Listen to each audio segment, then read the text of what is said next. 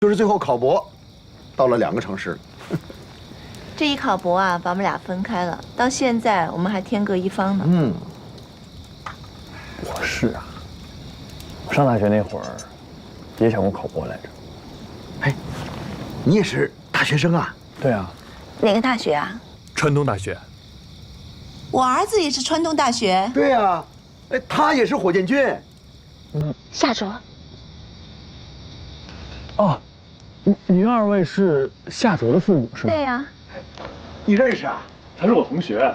啊，太巧了，你瞧瞧。真是。哎，您2位这次过来是？嗨，哎呀，我们啊好久没见着儿子了，也想他了。嘿，这小子啊，给我们写了封信，一个字都没有，就寄了一张照片，你瞧瞧。而且还把这个领章啊、臂章啊都给涂掉了。我呢就利用这个最高科技的AI 识图技术，我就查找这个山形，我用大数据分析之后我就大概其确定了一个方位，然后呢我们就顺着这个导航就找过来了。没想到还迷路了，不过还找对了，碰上你了，你瞧瞧，可惜这车坏了。署长，您别说这车坏了，这民用导航在军事区是不好使的。哦，难怪。欧阳，我儿子住的离这还远吗？你告诉我们他住哪儿，我们去看看他。叔阿姨，火箭军的阵地是最高机密，我真的不能说。哎呀，我们知道你们有纪律，可我们也是国家的科技人员啊。对。而且跟咱们火箭军也有着联系呢。你们的纪律我们都知道，什么手机啊、相机啊、录音笔都不让带。要不咱们也不用去部队里面，叫他出来，咱们在外面见一面也行。麻烦你跟你们领导说一下。是，而且我们是他的直系亲属，是他的父母。我们不去经营，让他出来，我们见一面也可以呀。我跟你说都是党员，我们用我们的党信做担保。叔叔阿姨，你们也别太着急了，我真的不是故意为难你们。第一呢，这个涉密的信息肯定不能从我这儿流出去。第二，夏卓给您拍的这张照片确实是按照规定把领章和臂章都给抹去了，但是他忘了一个最重要的事情，他把这个营区的环境给拍下来。您看，就是这个山头，你也是按照这个山头找过来的，对吧？你们2位要是现在去找他，肯定会给他惹上大麻烦。见不着儿子，也不能给他惹麻烦。对。那欧阳，那这照片我们是不是也得交工啊？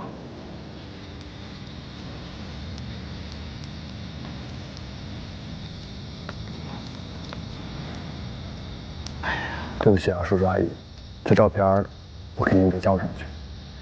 你说这，来一趟，别见不着儿子，还给惹上麻烦。对呀，就你。叔叔阿姨，看这天也不早了，你们今天早点休息，你们就住在这个宿舍就行。哎，那你住哪儿？我值班，住这儿就行。这不用那么麻烦。这怎么合适呢？我们可以住车里对，我们也可以支帐篷。对。不用，天色不早了，就不打扰了。叔叔阿姨晚安。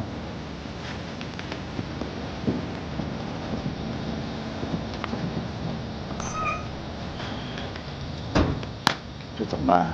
那白来一趟。你就庆幸吧，儿子有这么一个有原则的战友。小伙子挺棒的。哎，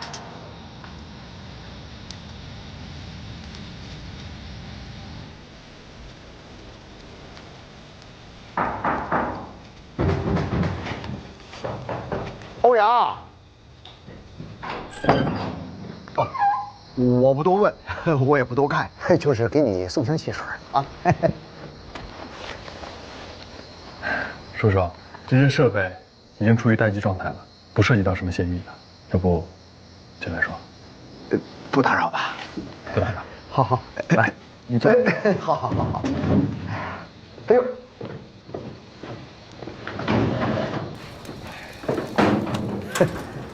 欧阳，哎呀。还这么刻苦的学呀？哎，回头啊，我教你几个考试的小窍门，这是我强项。叔叔，您还是没跟我说实话，您到底想说什么？真聪明啊你！哎，行，我实话实说啊。我们家夏卓呀，和你是同学，是战友，我就想听你聊聊夏卓到底怎么样。是这样的，他呢从上学啊到部队呀，我们也很少见他，即便见了面也很少问。哎，你不用说他怎么好啊，不用说他的什么优点，我就想知道他在你们同学、你们战友心中到底是个什么样的人。欧阳同学，我能进来吗？哎，可以，阿姨。来，妹妹，不打搅吧。你坐。你不要有顾虑，咱们就当闲聊天啊，对对对，因为我们见不到他人吧，听你聊聊，那也叫什么？聊以慰藉。对对对，聊以慰藉。叔叔阿姨，你们的良苦用心呐，我明白。夏卓这个人吧，很优秀，我很羡慕他。如果有机会，我也希望能成为像他那样的人。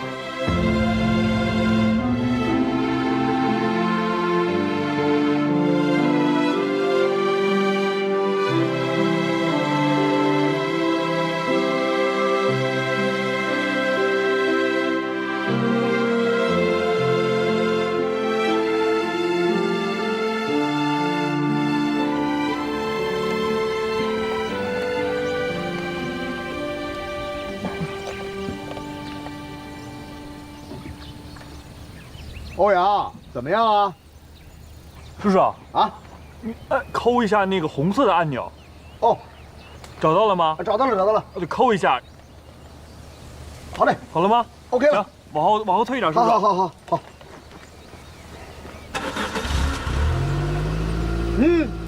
好了。哎呀，妹妹，哎，车修好了啊！哎，来了。叔叔，这个我也只是随便弄了一下，您还是得到专业的这个维修点去系统的检测一下。还有你们油也不是特别好。哦，对了，这是我凭记忆画了一个草图，上面有加油站和维修站的位置。哦，我们在这儿。对，我得往回开是吧？往这个方向。好，知道了。这儿。哎呀，太好了，有这个就太好了。哎，妹妹，赶紧装车，咱们走了啊，出发。哎，你快过来啊！你看这孩子把这饮料又放回来了。哎呦，欧阳，这是给你留的，你什么时候又给搬回来了呀？啊，叔叔阿姨，这个我真的不能收，这犯错误的，这违反纪律的事。一箱水有什么犯错误的？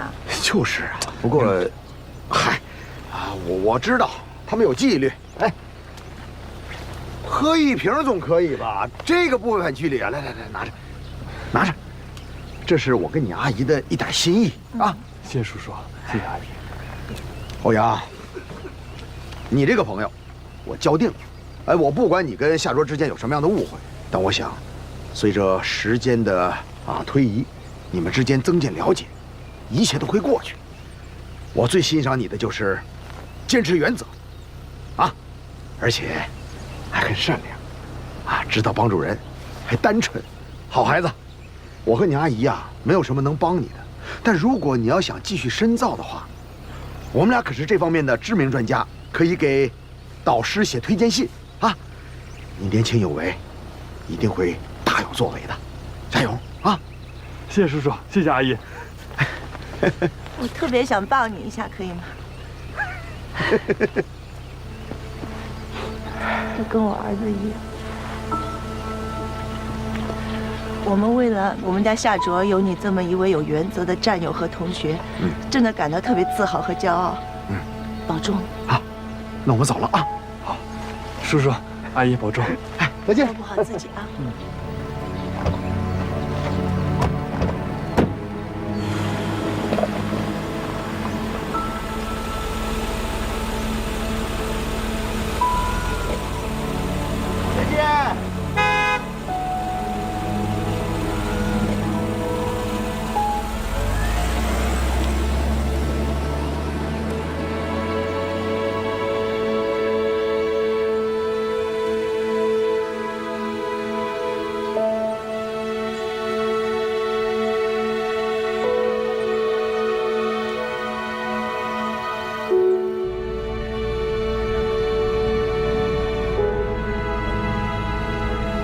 妹妹想什么呢？怎么不说话了？我也想，这是谁家的孩子啊，在这孤苦伶仃的，他爸妈不知道有多心疼。是啊，当初夏卓要去当兵，我们不也是反对吗？可是后来，为了完成他自己的心愿，啊，遵从他的内心，我们不也就同意了？不过昨天啊，我这么一看，我觉得年轻时候的艰苦和磨难，才是人生当中啊最大的财富。我也觉得，这男人吧，就该当2年兵，吃2年苦。有道理。你说他坦言跟咱们儿子不是好朋友，为什么对咱们那么好啊？他跟咱们儿子不是朋友，说明他保持理性，对咱们好，那是他的涵养。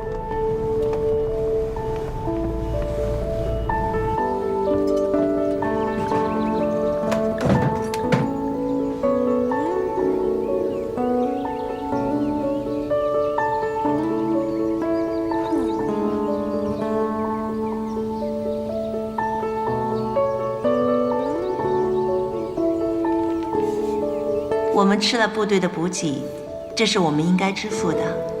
如果不够，请夏卓补上。谢谢你，欧阳小友、夏伟林、李曼文。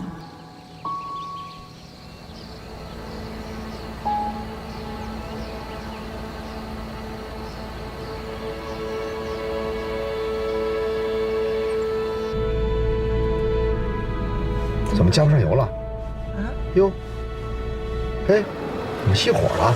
你这车怎么回事啊？哎呀，奇怪了，什么原因？哎呀，好吧，我去看看。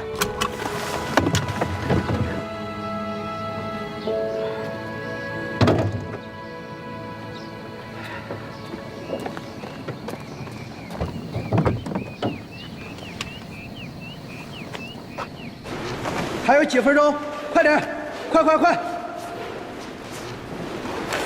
动作麻利，把细节做到位，注意动作要领。快！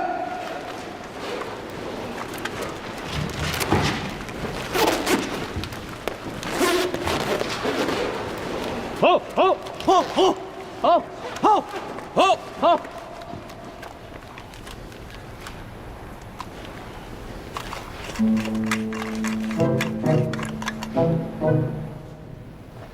别摘，跟我过来一下。是，正常训练。是。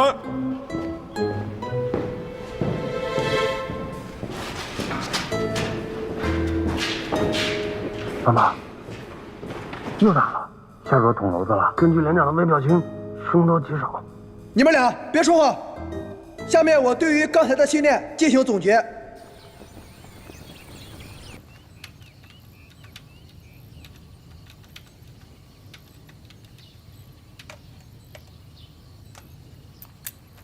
欧阳，走都走不动了。欧阳，欧阳，欧阳，欧阳，欧阳，小，哎，叔叔阿姨，你们叔叔阿姨成功的又回来了。车又坏了啊？太酷了！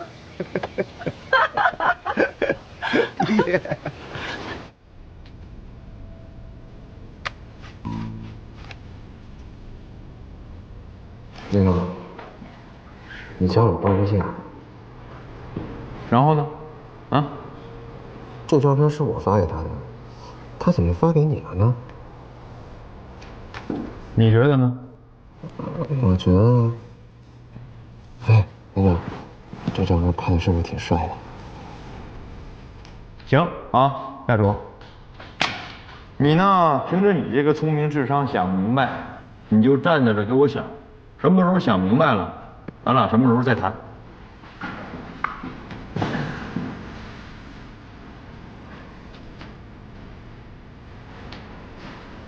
林总，我知道了，我不该把军装的照片发给家人，可是我是按照规矩来的。你看这个肩章、领章、臂章、资历章啊，我没有资历章，我都打了马赛克了，不能再打了，再打脸都没了。然后呢？老爸，这磨了皮你都能看出来啊？哎，难受吗？难受啊，继续讲。没了呀。哎，连长，就我这个颜值啊，根本不需要再调整了。磨皮就是因为那几天长了几颗痘，我就难受吗？继续想。继续想。连长，我能不能把这个摘了？真的不能，你就给我带着。想不明白就当给自己蒸一桑拿，什么时候想明白什么时候给我摘了。连长，我真的想不到了，要不你给我一个提示？给你个提示。好，我给你点提示。小周周，你是不是参加过世界超脑大赛？怎么又提到这个了呢？你看啊，超脑大赛里面有没有这样一道题？给你拿某个建筑或者某一个风景的一个小角，然后让你在无数张图片当中找出对应角的这个全景，有吗？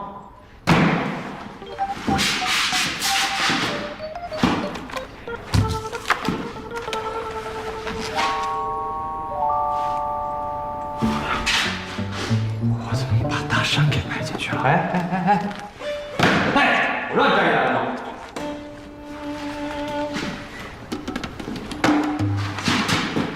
你看看啊，你拍了个全景啊，是不是傻？是不是傻？是不是傻？连长，我忘了，我真的忘了，我就光顾着拍照，没想到背景是山。来，你看来，这山，还有这路，还有山的走势图，看见了吗？啊，你爸就是用网上的 AI 智能软件，活生生的把咱们这位置给搜出来了。连长，我爸是不是疯了呀？他搜这个干嘛呢？找你呗。我爸找我。还有你妈呢？啊！我让你摘了吗？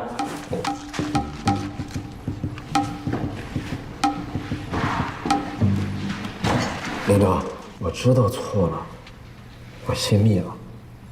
你说我爸也是，在野外吧就抓他的昆虫，他玩什么 AI 运算呀？你说，咱们这儿到气象站半个小时，来回呢1个小时。也不要说我们部队不讲人情，毕竟跟你父母见面，我呢多给你5分钟。2件事，第一，把你父母送走；第二啊，把欧阳俊给我接回来。连长，你说我爸妈好不容易来这儿，你就给5分钟？如果这次不是你违纪在先，怎么着？这次也能给你批5天。我这5分钟这时间，过10秒了。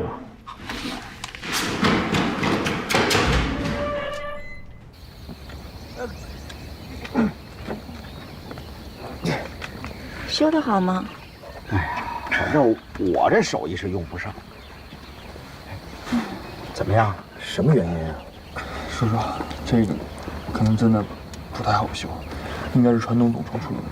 总成是总成的问题。哼哼。叔叔啊，打2号试试。好。哎，着了！欧阳，着了！太棒了，欧阳！叔叔谢了。叔叔，千万别再熄火了。然后一会儿找那个根据我画的那个图纸最近的那个维修站去维修一下。好。然后轻踩油门，不能再熄火了啊！哦，懂了。哎呀，辛苦你了，又麻烦你一次。没事儿。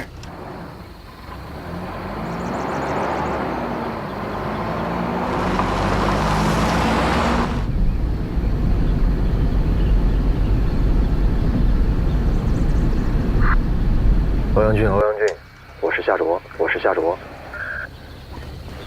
收到，我是欧阳俊。连长让我来接你，30分钟以后有老兵来混了。收到，但是我没说要回去啊。你要是有疑问的话，可以打电话问连长，10分钟以后我就到了。还有，我爸妈呢？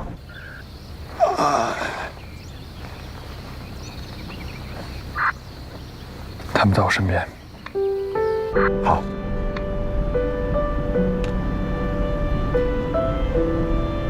你们有事儿，我们回避一下吧。对呀，你有正事儿，我们在这不方便。哦，不用，没事，没事。那这样，你赶紧回去忙正事儿啊！你那事儿重要。我们这车不已经着了吗？我们就慢慢啊开到你给我们那个画那地图那个维修站，好吧？对，放心吧，放心吧。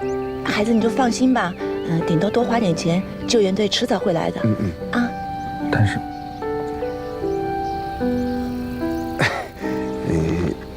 你赶紧回去办正事儿吧。这么跟你说吧，就算是现在夏卓站到我们面前，我们也不见他。为什么呀？是这样，我们不想把这个窟窿越捅越大，是我们自己找来的，跟他一点关系都没有。孩子，你听我的，你们时间紧，任务重，赶紧回去。但是，我们是想见他，见到他了，满足我们心愿了。可是呢，他犯错误了呀。至少现在，他没犯错误，也没事儿，对吧？你快回去吧，真的，我没事儿，我们见不着也没事，我们可以通电话的。快回去。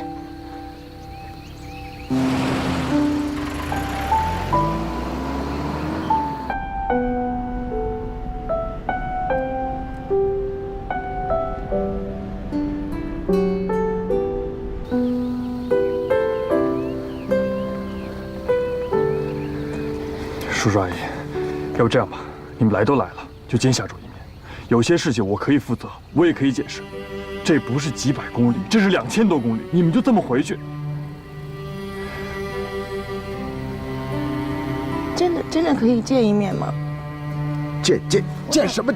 不能见。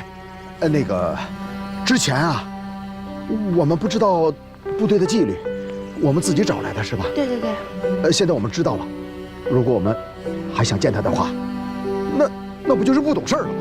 对。你赶紧回去吧，好吧？去吧。赶紧回去吧，执行任务。你放心，叔叔阿姨丢不了啊。叔阿姨，对不起，我就先走了，你们保重。好，叔阿姨再见。再见。保重啊，欧阳同学。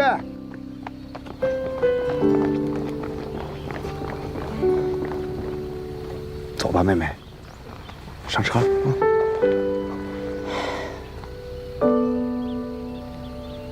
哎呀，儿子又丢不了，回头不就见着了？行。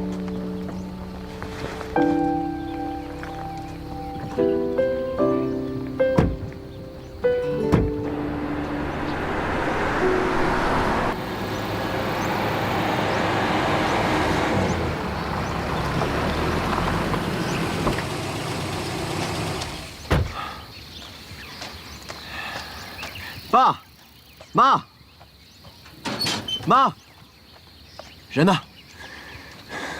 他们怕你没记，先走了。走多远？不好说。但是我看见给他们修车的时候，他们有民用电台，发现他们的民用波段大概在347和464之间。你看一下。爸。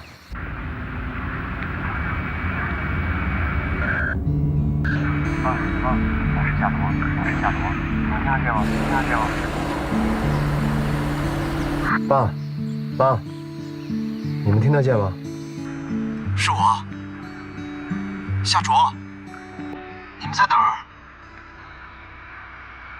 爸，在哪儿？我是夏卓。爸。夏卓，他们在下一个路口，往东的方向的维修站去了，你去看一下吧。走。爸，妈，听见请回答。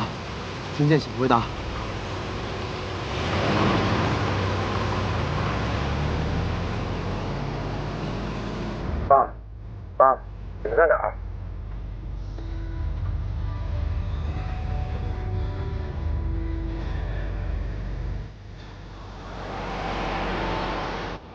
排长，麻烦停一下车，给我3分钟。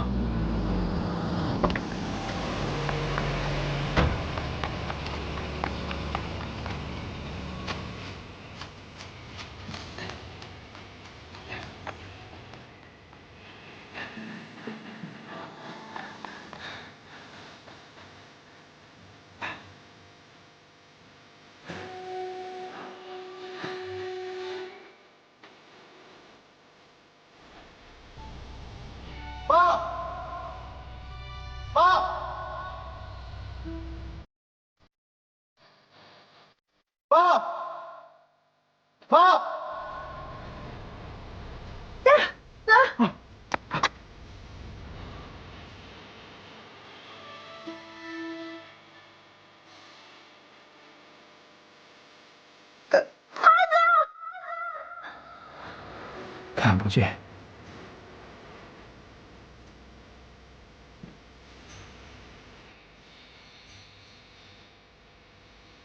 看不见，看不见，看不见，看不见，儿子，看不见，不看了，不看了，回头写信、打电话、视频都行啊。儿子，回去吧，回去吧，回去吧。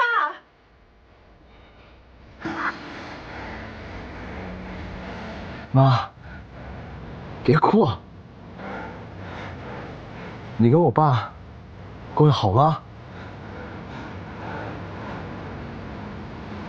我很想你们。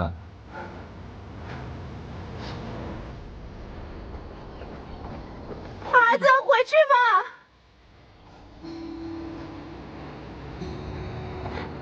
我还有1分钟，我就必须得回去了。这是部队的命令。你们先走，我看着你们走。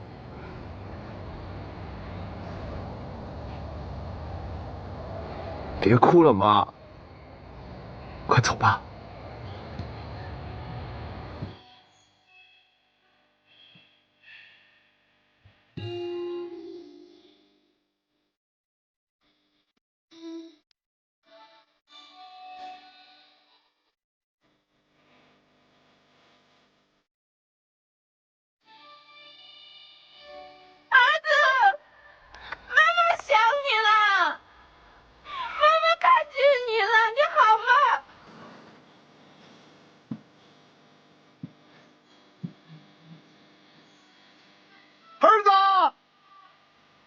你好吗？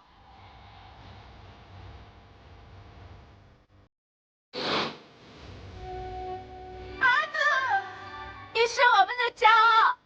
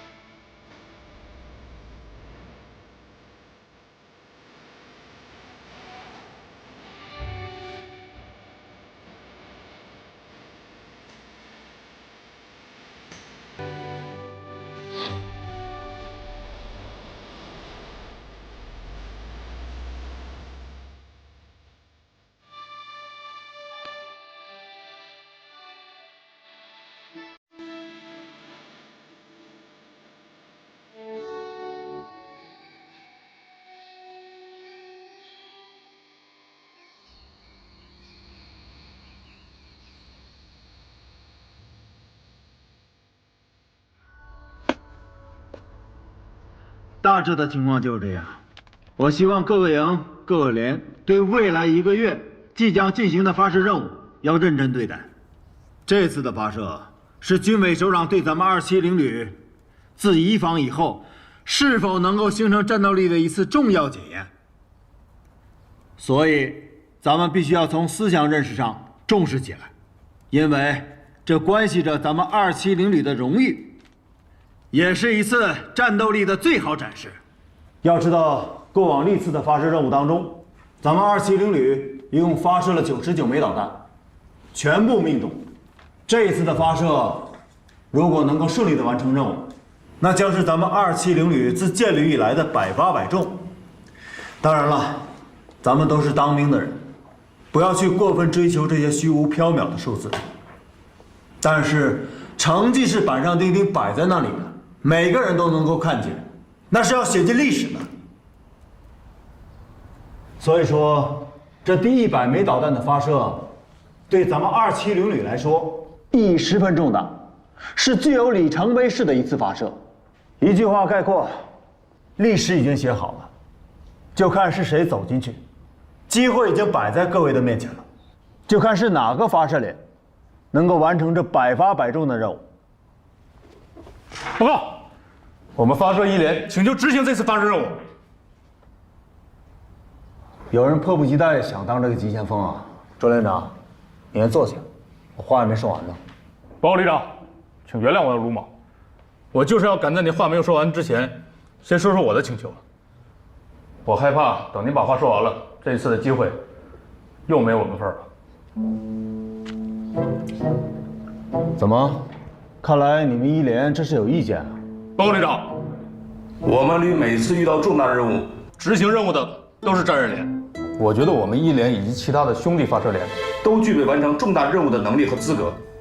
也希望首长在这样重大的发射任务机会分配的时候，考虑一下我们普通的连队，不要把什么好机会都给战刃连。哦，旅长，我有几句话要讲。你说。李连长，干嘛呀？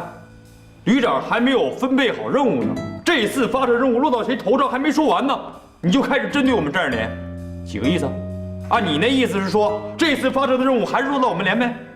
挺好啊，旅长，我同意，就按李连长说的，把这次重大的任务交给我们连，你放心，百发百中，我们一定完成任务，肯定不给270旅丢脸。李连长，你不要把什么好事都争先恐后的往自己身上抢，行不行？能不能考虑考虑其他的连队，对不对？对啊，考虑考虑我们啊。是啊，也考虑考虑我们。哼，行，我就喜欢看到你们这种争先恐后的样子。这样吧，反正距离发射还有1个月的时间，咱们就用最公平的办法来决定谁来执行这次发射任务，好不好？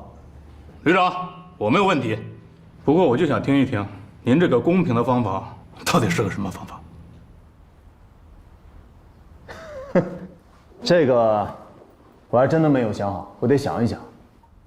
不过，不管是1连还是战刃连，还有其他连队，都是咱们270旅最优秀的连队，发射机会人人均等。谁准备好了，谁上。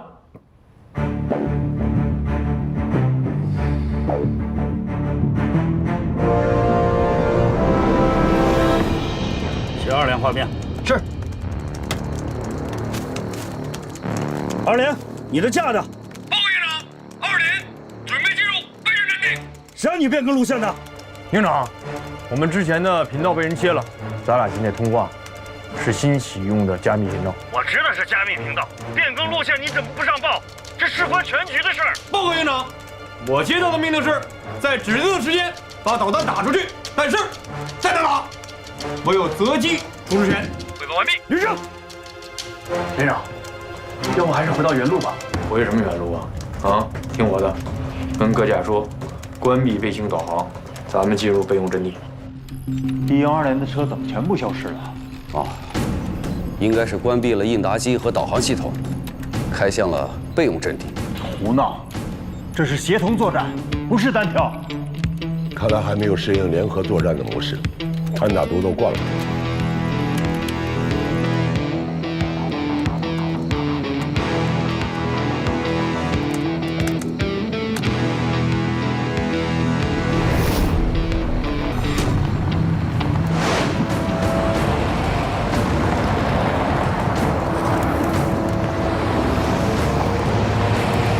来了，各小组注意，卫星即将进入盲区，窗口期为90秒，距离卫星进入盲区最后10分钟，1分队进入备用阵地进行袭扰，2分队、3分队去把他们的待机库指挥部给绑了。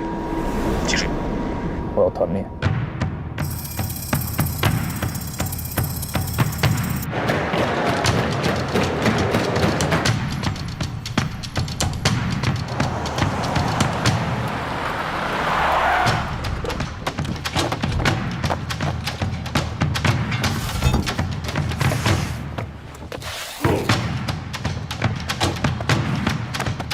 接上级命令，立刻执行导弹发射流程，等待发射任务。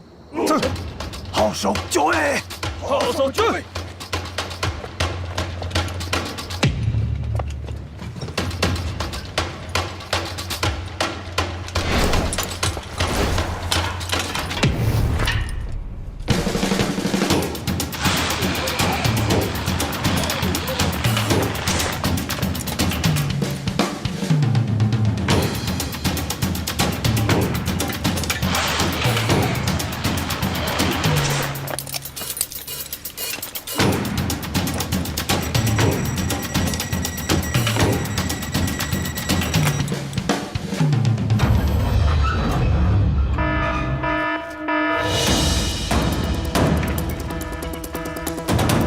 警报！叛军入侵！叛军入侵！重复！叛军入侵！叛军入侵！重点监控指挥部外围！重点监控指挥部外围！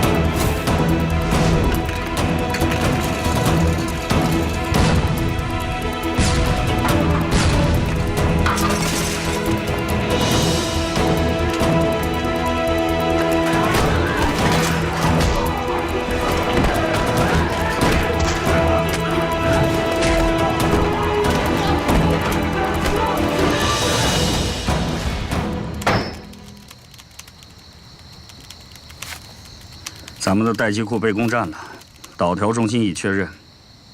先不管那么多了，确保发射，各架迅速展开。可是2连的3个架还处于失联状态。营长，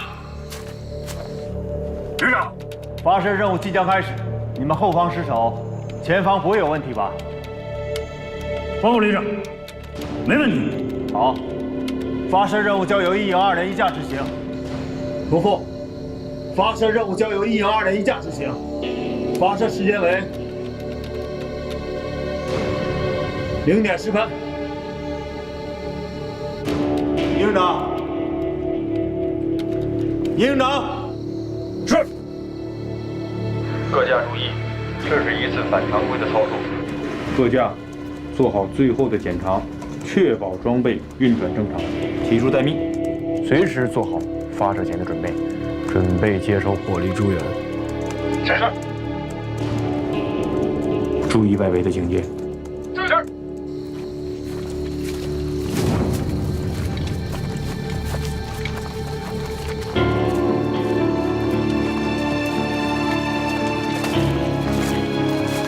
连接车载电路。车辆就位，水平检查正常，机电正常。连接导弹电源。测控设备运转正常，等待开机定位，择机发射。检查导弹发射流程。瞄准设备正常，等待接收火力支援。好。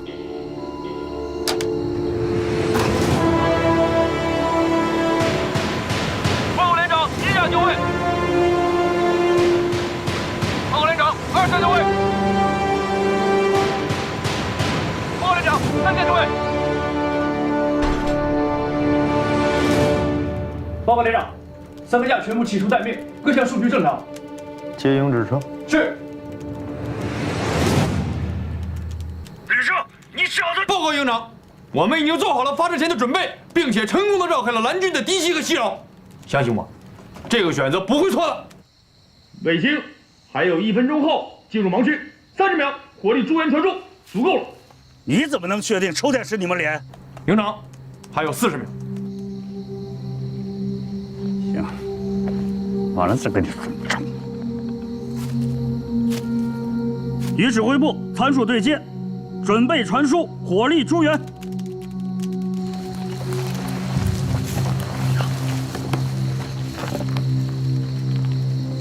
头，找到了，果然在备用阵地，全部拿下。妥妥的。准备使用超频通话，马上第1轮电磁干扰开始。走。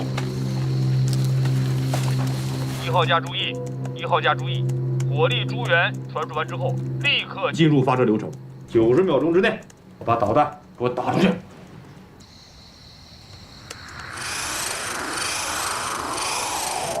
连长，数据传输终止，应该是遭到蓝军的电磁干扰。老套路，启用备用数据传输舱。是。报告，传输进了卡顿，加大功率。对。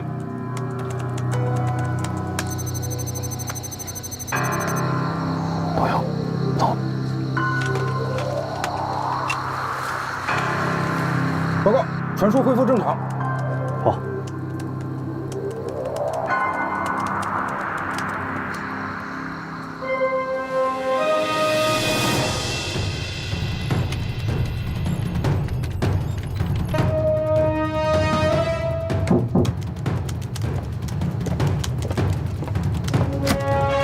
别动！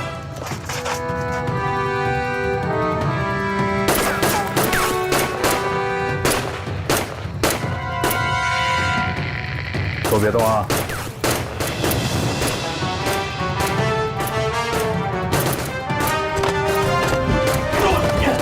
别动！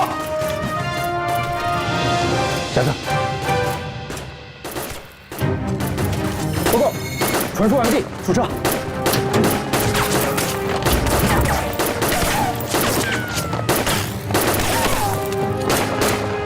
走。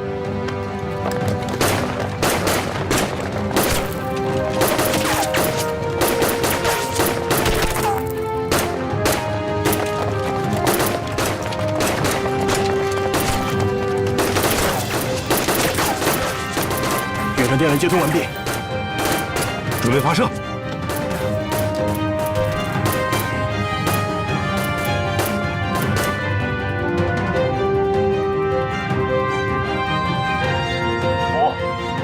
4、3、2、1，点火！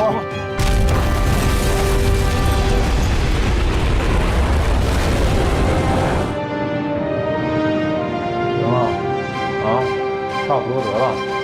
再等会儿。导弹还没击中目标呢。月出带抛。李连长，我说的目标不是你们要达的目标，是我们要达的目标。怎么？你们不知道任务啊？行啊，哎，我呢，就算你们蓝军小分队啊，成功的偷袭了我们，可是没必要吧？帮我们把目标打中了，这么羞辱我们。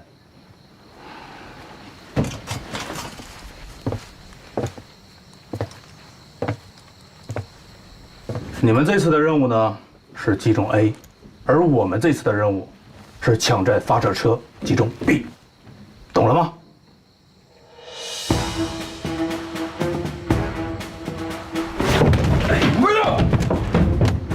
老李脾气还那么火爆。行啊，朱武辉，你等着，我早晚给你一个楚炮加一个电炮。不许动，老实点。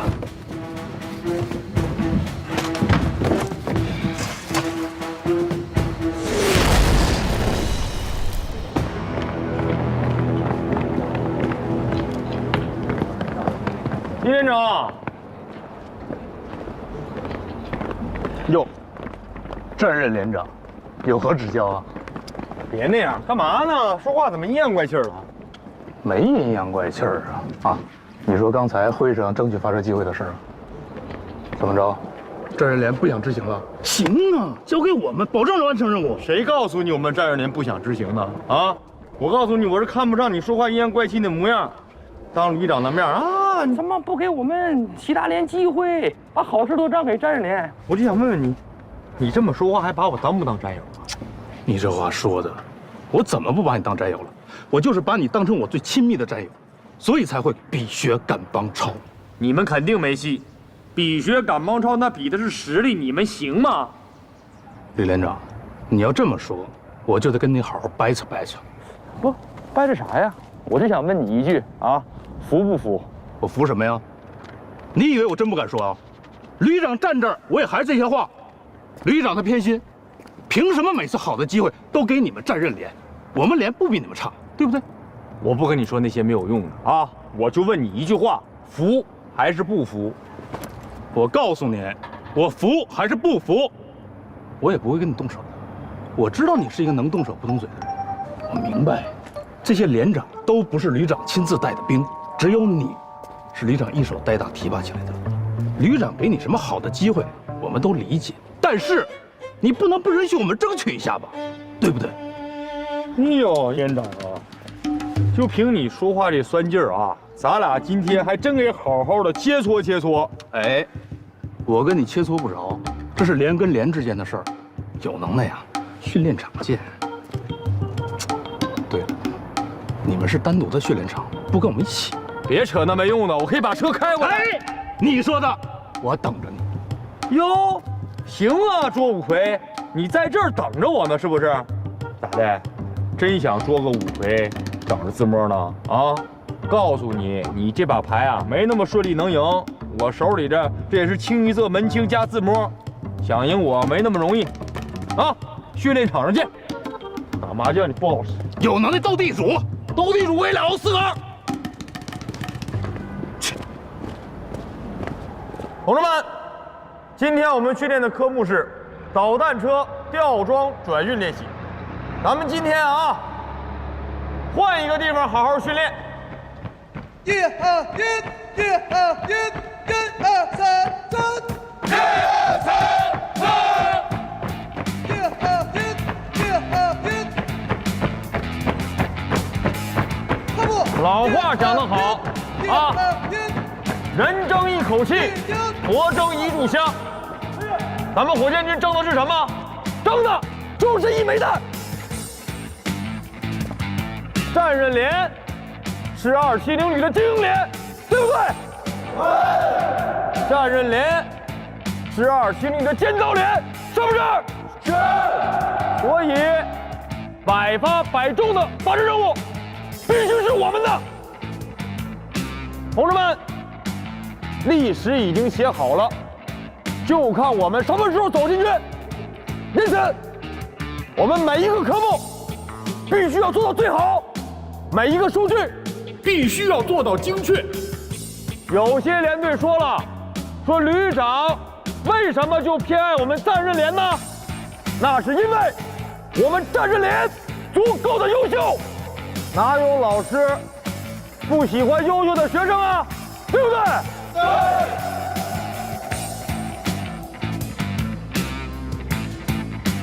我也说2句。有些连队啊，看起来挺厉害的，其实啊，不比我们优秀。要我看来，他们就是获得了一些更好的机会而已。有句话怎么说来着？王侯将相宁有种乎？要我说，这一次第100枚导弹的发射任务，必须由我们1连来完成。我们要用我们精湛的技艺、顽强的斗志，还有不达目的誓不罢休的精神，完成这次百发百中的任务。我们的口号是百发百中，舍我其谁？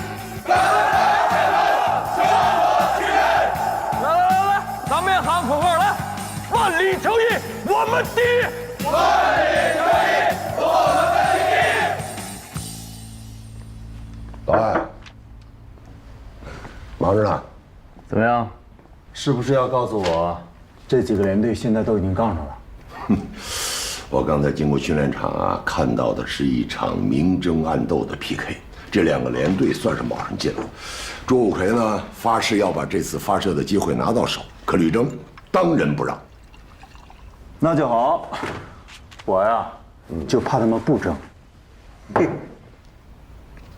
你啊，诚心的。哎，跟我说实话，这次发射机会到底给谁想好了吗？郑伟，我跟你我还来虚的吗？谁上我还真的没有想好。咱们270旅的颜面是要交给1连，还是战刃连，还是其他连队？一切都要把稳妥放在第一位。你说对吗？对，稳妥第一。内天，左转，手段，向右可前，向前跟，后手就位，后手就位，好踢，好对，后手对。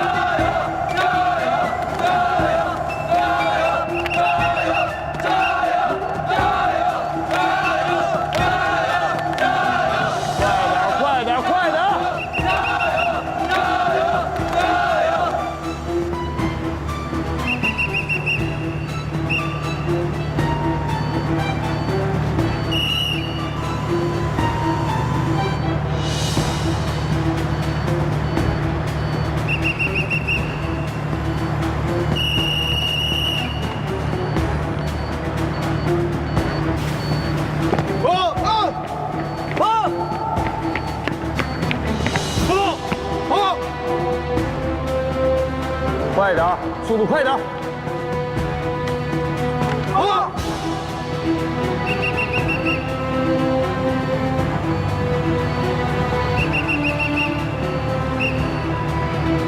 再快！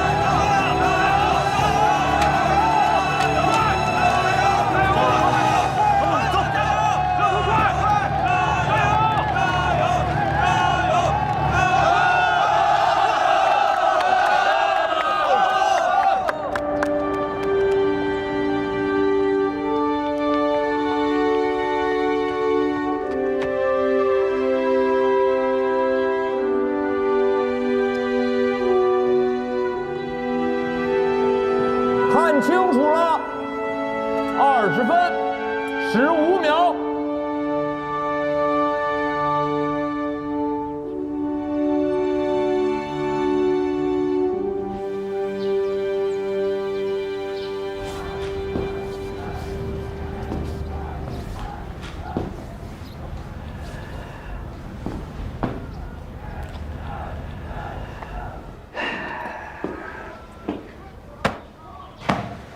俗话说，养兵千日，用兵一时。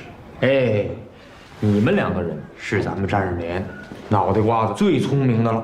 今天把2位叫来，就是让你们帮我好好的合计合计，怎么样才能把这第100枚导弹的发射权争取到咱们战士连的手上。连长，您不是一直相信旅长会把这次发射任务交给我们战士连吗？这个旅长现在这脑袋瓜子里呀，到底是怎么想的？我还真猜不着，他很容易这个脑袋瓜子一热，这一拍脑门子就想那么一个主意。你想一想啊，1连到8连，几十个发射单位，那这么多人都在他耳根子前面输，我怕他耳根子一软，很容易把这个发射权就给其他连队了。连长，我觉着吧，只要我们公平竞争，完成好训练，这个100发100中的任务啊，肯定是咱们战士连的。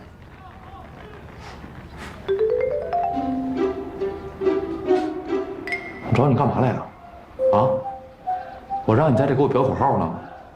这么一个阳光明媚的下午，我让你过来给我想主意来了，你心是不是没放在这儿啊？啊，也是，你小子心就是没放在这儿。你呢是打算复员之后啊，离开部队回到大学当大学生去了。你压根就不想当一个火箭军。连长，你怎么这么小心眼？我没有说我要回学校啊。反正连长，不管去还是留，我夏卓不管是一名战士还是一名学生，我都会做好自己的本职工作，这是我的真心话。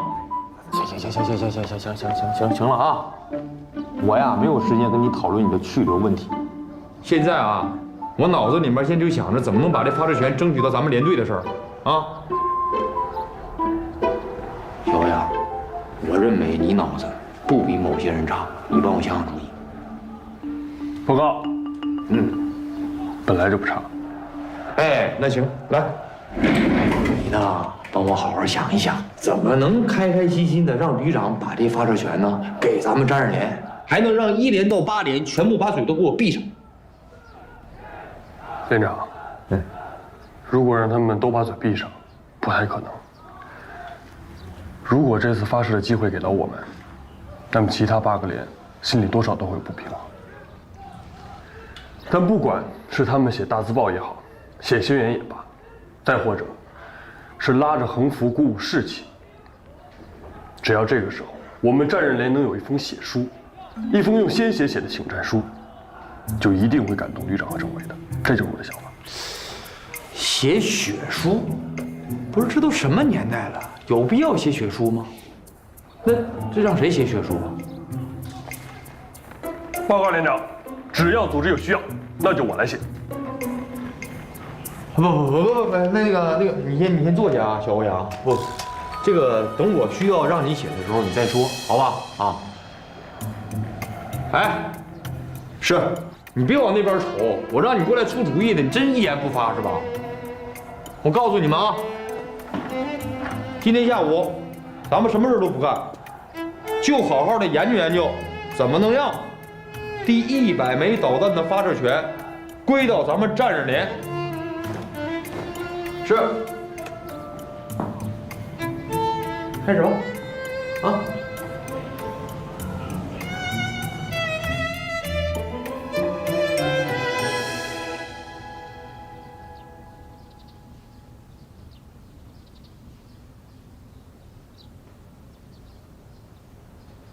及时到，放血，不是刺血。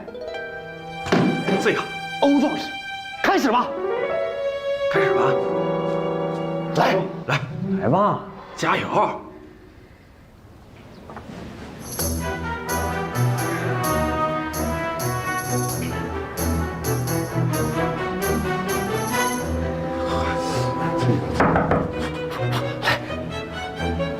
来，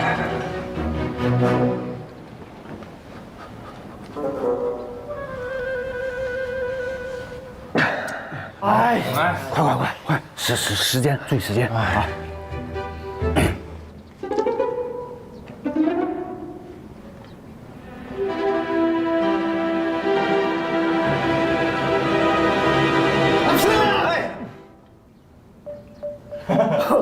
欧壮士，你刺啊！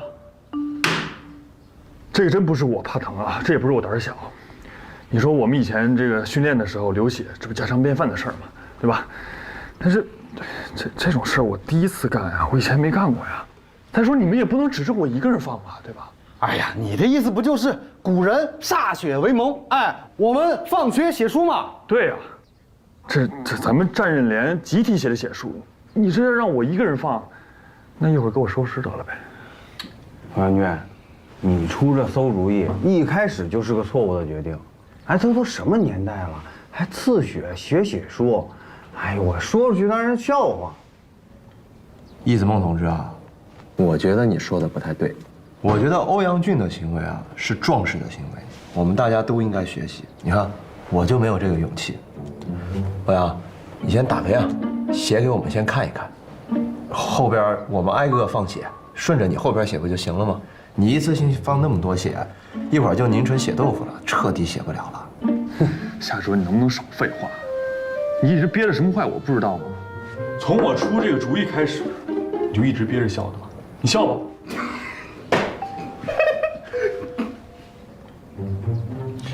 我可没憋着坏啊，这可是给我们战刃连争光的好机会。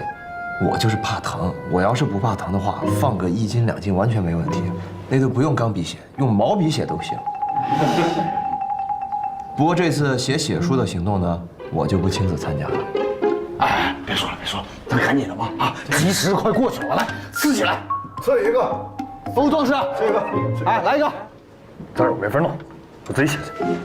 别走，欧阳！哎，欧阳，哦，走了吧？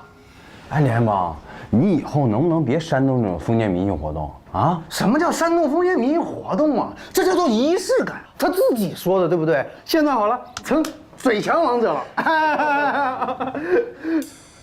哎。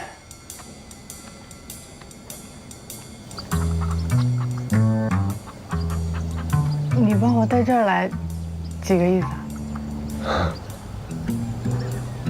那天我看你给林阳帮打针，我看到你手艺了。你的手艺啊，比你们卫生队所有的小护士加起来的手艺都要强。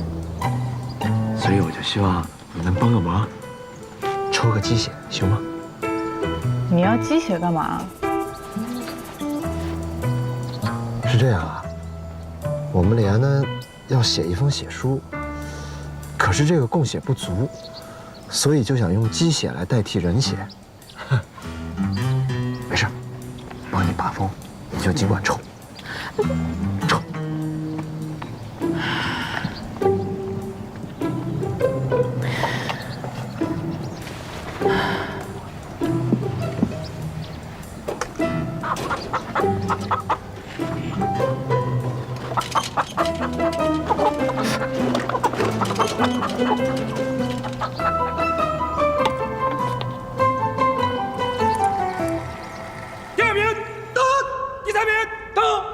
希望其他同志在以后的训练当中向这2位同志学习，再接再厉。向右传，左后转弯，齐步走。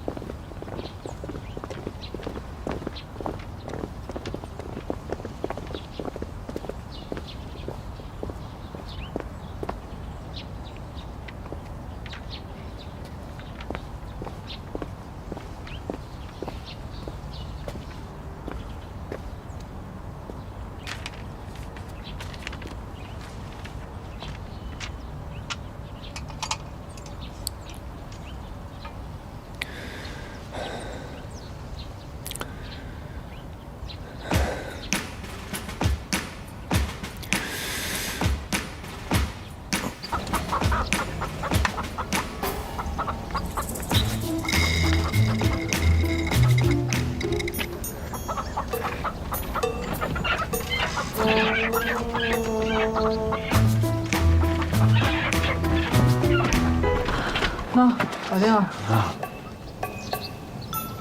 很热乎的，谢谢你啊！只要等我们拿到这个发射的机会，你想让我怎么感谢你，我就怎么感谢你。行，这可是你说的啊。那当然了，君子一言，4季难追。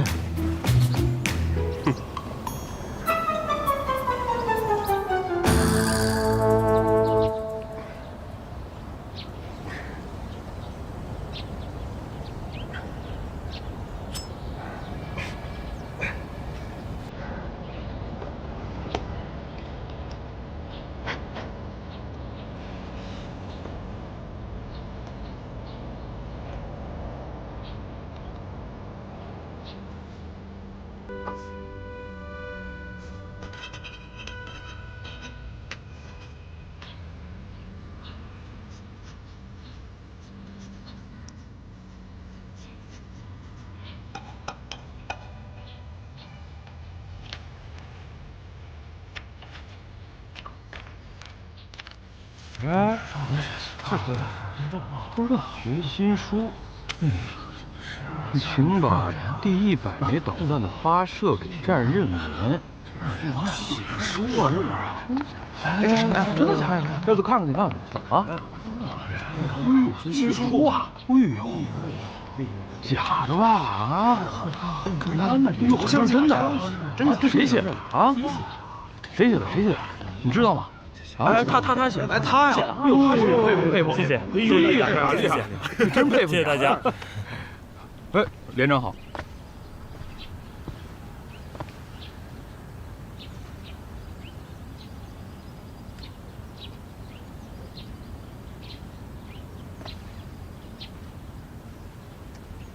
连长，这是你写的啊？对，是我写的。厉害呀！在哪儿找的鸡？放这么多钱？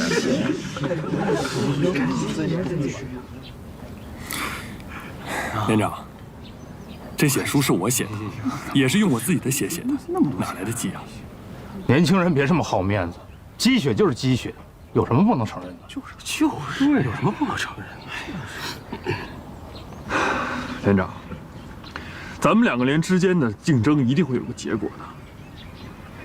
您可以瞧不起战刃连，但您绝对不能瞧不起战刃连战士们的意志。哟，照你这么说，我得替你们连长表扬你了。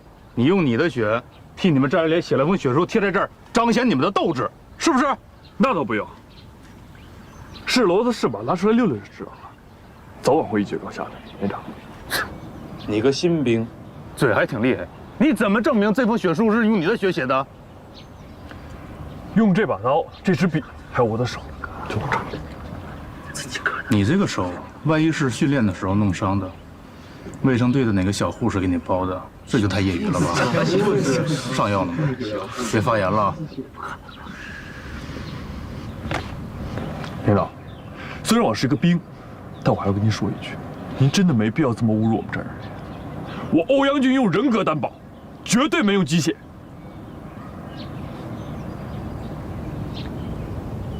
没用鸡血？对。你们连有个叫夏卓的，你认识吗？认识。你去跟他聊聊，他刚才也弄了1瓶子鸡血，没准也想写一封，万一跟你的血重了，你说多尴尬。真的假的？真的假的？鸡血从哪搞来的？看，拍照。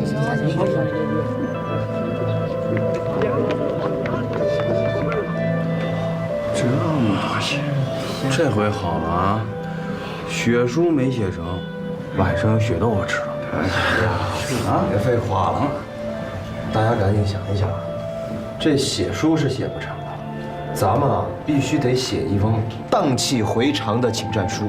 那是这封请战书，无论从文字、语言、措辞方面，都必须比1连的要强。哎呀，这还不简单吗？啊，1连的写的是叫请战书吗？啊，那整个写了也请假条嘛。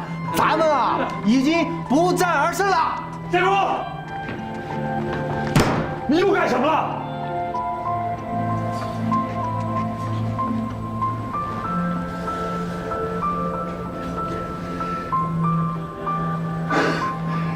你是不是背着我去动鸡血去了？啊？你怎么知道这是鸡血啊？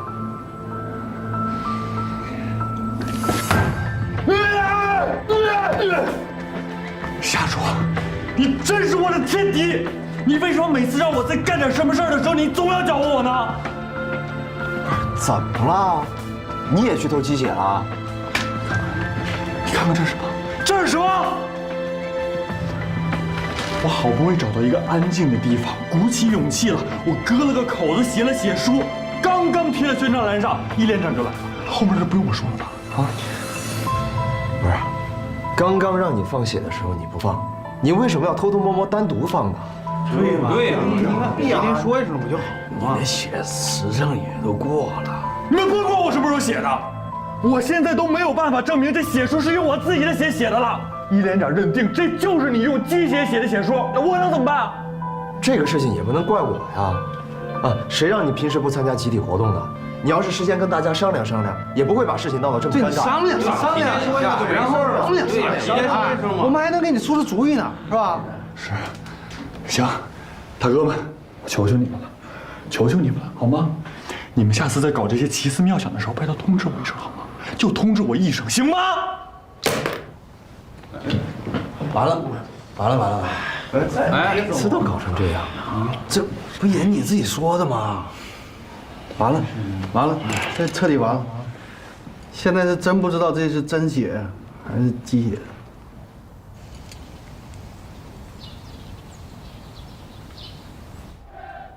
报告，起来。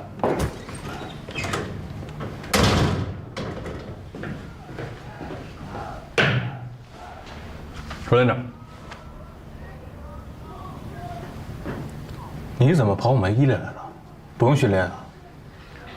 连长，今天有些事儿咱们必须说清楚。什么事啊？是晚上要一起吃血豆腐的事吗？不用了，不吃鸡血。您可以质疑我，但您绝对不能侮辱我。您当着所有的人的面说我的血书是用鸡血写的，您如果能证明它是用鸡血写的，那好，我欧阳俊什么惩罚都认。如果您不能证明，那您给我一个说法。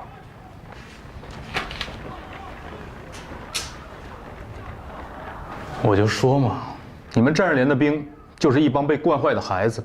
这是什么地方？你撒野的地方？我不是来撒野的，我是来讨个说法的。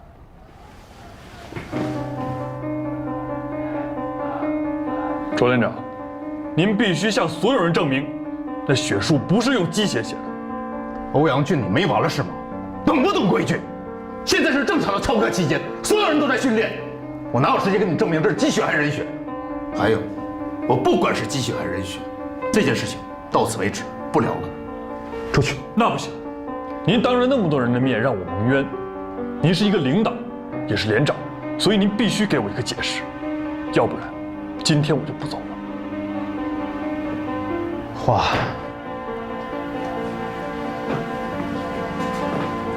那你怎么证明那封血书是用你的血写的？化验，用最科学的方式证明我没有撒谎。好，我明白了。就算我相信那封血书真的是用你的血写，但是对于一个有前科的人来说，我没有办法说服我自己。连长，您这话我没听明白。欧阳俊，我知道你那点小心思，你想替你们战人连来拔创，来当出头鸟。别说这封信是用你的血写的，就是用你们全体战人连的血写的，我都不可以信任你。知道为什么？一个连军装军衔都敢造假的人，我凭什么相信他？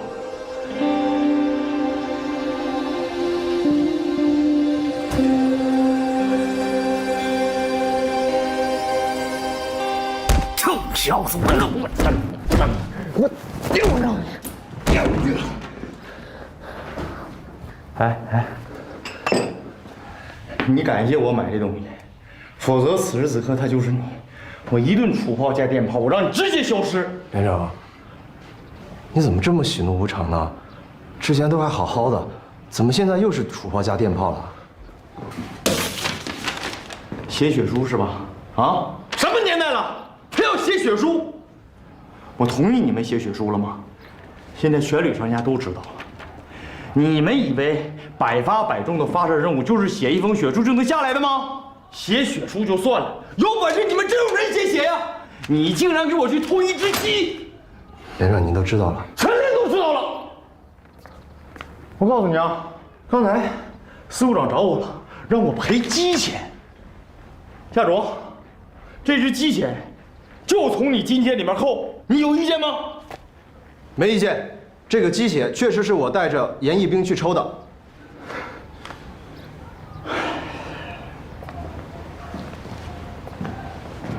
我这么跟你讲，百发百中的发射任务，就算是落到咱们战士连，发射号手也不会是你，明白吗？知道为什么吗？因为你准备复员，你不想在部队里干，你想回到大学，我凭什么培养你啊？连长，你怎么又说这样的话呢？我不是跟你说了，那是跟校长客气吗？连长，我也说句心里话，不管这个发射号手是谁，对我来说都不重要。最重要的事情是，这次百发百中的机会必须是咱们战士连的。连长，还有一件事情，这封血书确实是欧阳军用自己的血写的，可是因为这个鸡血的事情，好像让卓连长误会了。卓连长还当着所有战士的面举了欧阳军。连长，您看，你能不能跟卓连长把这件事情说清楚？卓武回当着所有战士的面举欧阳军了？啊！卓武回。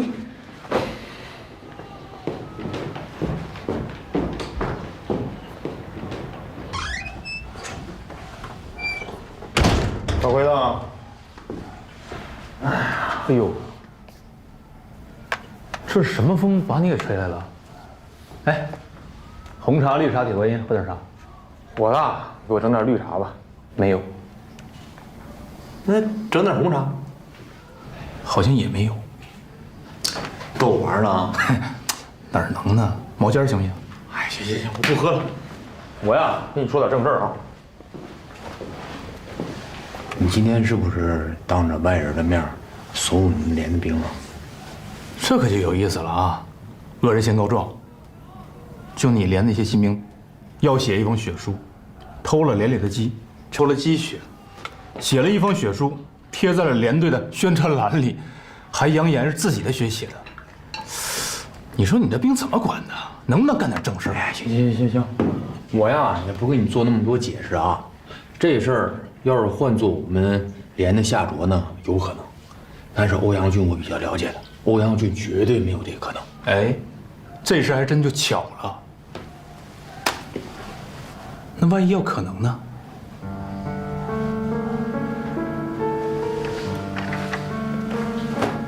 老吕，距离发射的日子啊越来越近了。大家都在忙着训练，咱俩别因为那些新兵之间的鸡毛蒜皮小事在这纠结了，好吗？我呢也挺忙的，你要没什么事啊，出去帮我把门关上，啊？我呢现在正在做训练计划，万一被你看见了，你说咋办？不是你啥意思啊？我大老远跑来，低声下气的跟你商量这件事儿，你对我就这态度啊？好，那这样啊，我告诉你，我们连队的兵，我关起门来，我怎么说、怎么骂、怎么凶都行，别人不好使，你不行，全旅上下没有任何人有这个资格可以凶我的兵。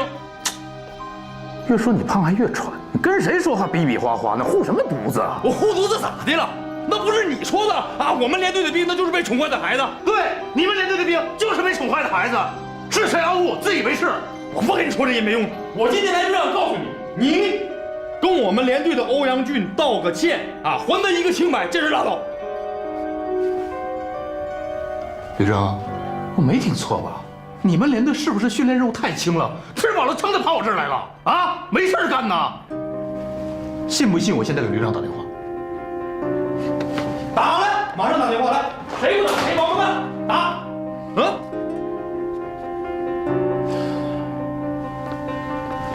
来，